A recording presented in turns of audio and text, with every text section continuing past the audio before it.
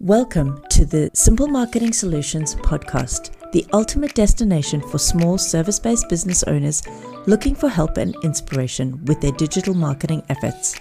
Our podcast is tailored to provide actionable solutions and ideas for simplifying and automating the marketing process. Whether you're a business owner looking to streamline your marketing strategies or in need of inspiration to take your business to the next level, we've got you covered. Join us as we explore the latest trends and techniques in digital marketing and share tips and tricks to help you grow your business. So tune in and get ready to elevate your marketing game with our process-driven, automation-focused and simplified business model approach. Hello, everybody, and welcome to episode 34 of the Simple Marketing Solutions podcast, where today we are going to dig into the power of knowing your ideal client. Now, I know that if you've been listening to the podcast for a while, in episode 26, we did cover why you're looking at clients the wrong way. And I started to give you some key information around 3 areas that you needed to address when clarifying your audience and your messaging. But today I wanted to take it a bit deeper. Why, you might be thinking, wasn't that enough? Well, no, it isn't. In my Facebook group, we are called Simple Marketing Solutions, actually. I have been getting heaps of people asking questions with wanting to know more about ideal clients and trying to understand how do they get to knowing who their ideal client is and what are the exact steps they need to do to get there. And so I know that often as marketers, we use this term ideal client or avatar so frequently. And you might be thinking as a small business owner or business owner that what does it actually mean when somebody says ideal client or avatar?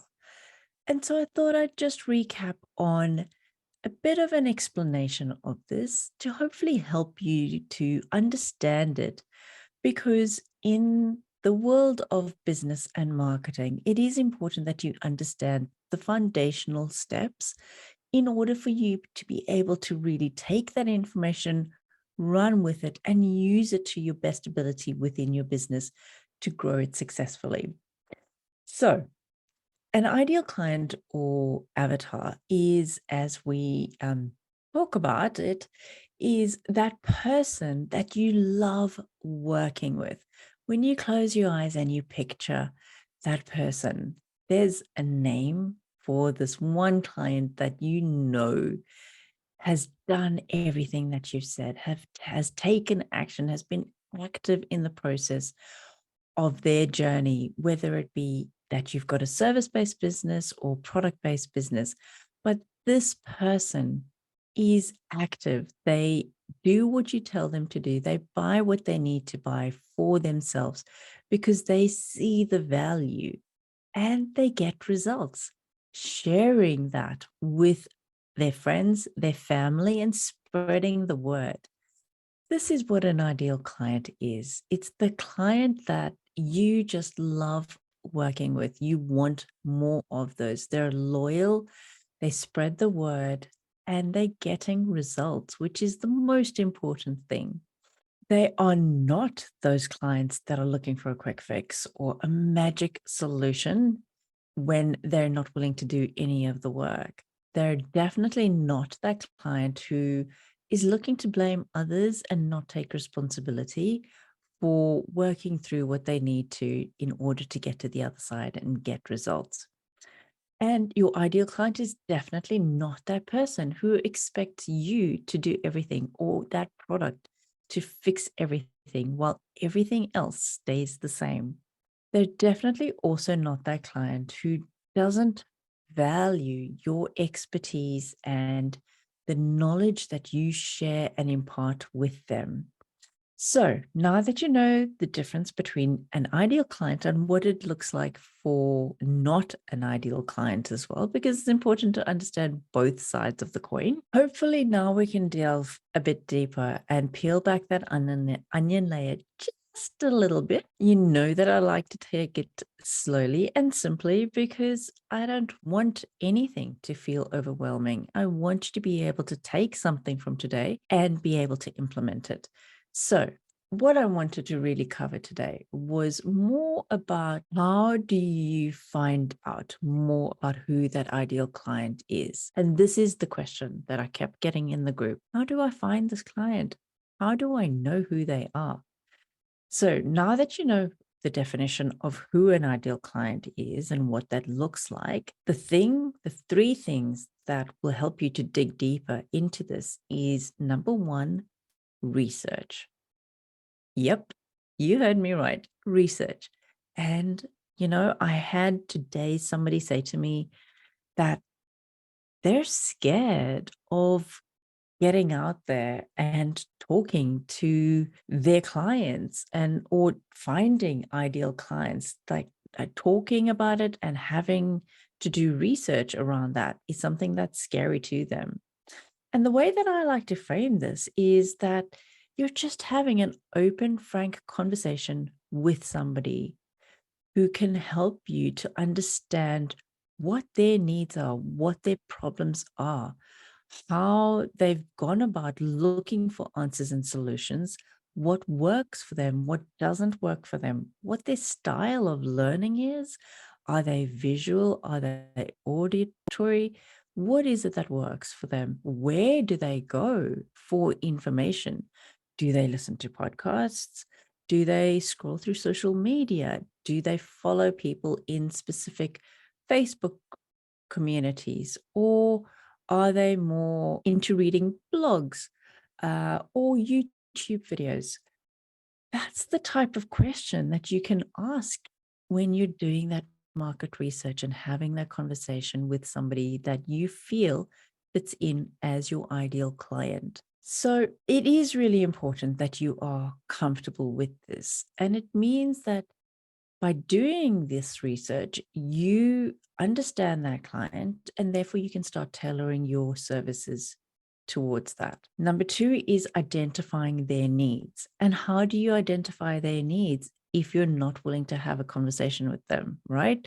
So, coming back to the research, this is where you have the opportunity to ask them what their problems are. What are their desires? What outcomes are they looking for? It will really help you to create an offer that specifically meets this. And lastly, is to clarify your message. When you've taken on board the research, you've understood what their needs are, you understand how they think and where they go to for information, you can use that language that you captured in your messaging so that it really speaks to them, it's authentic, and it resonates. And that becomes a paying client in the end. So, the next part of this is I wanted to go into helping you to understand your ideal client better so that you can start to tailor your offer accordingly. Because, yes, now that you've done the research, you understand the client. Well, what's the next step in getting people to pay you money? And this is starting to tailor your offer. So, for example, one of my clients who's a nutritionist realized that her clients, even though they live in a close proximity to where her clinic is, they are actually more comfortable with having online appointments. And she only started to realize that when she did her market research. So it's given her the great opportunity to streamline her business, save money on paying rent for a business premises, and now be able to work directly from home. And I know that, through COVID, a lot of businesses were able to pivot in this way, but there has been more, going back to having an office and still doing online appointments. It could mean that you could have everything 100% online. It also has helped her to have people cancel less frequently show up on time on their appointments, and they feel like they're getting more support from her through this. Another thing to think about is when you get your ideal client, you can position your offer to meet their specific needs. Now, I mentioned that a few seconds ago, but it really can come down to being very specific. For example, you could offer a daily accountability check-in via email where when you're running your detox program, or you can have a series of follow-ups that prompt people to support them in the product that they bought from your store, helping them to understand the benefits of the product, how they could use it, other alternatives of it. It's endless of the opportunities that could open up when you position your product or service accordingly. And like I mentioned in episode 26, it's also your way of standing out from the crowd. Now we know that, all of our industries, there's hundreds of thousands, if not millions of people doing the same thing. They, they may be nutritionists, naturopaths, massage therapists, coaches. They might have the same type of products that you offer, but it's how you position yourself that's going to make it just really simple and clear for somebody to resonate with you and your uniqueness and see your authenticity. So that's really important when it comes down to your messaging. So, are you ready to clarify who you work with? Or do you still have questions around this?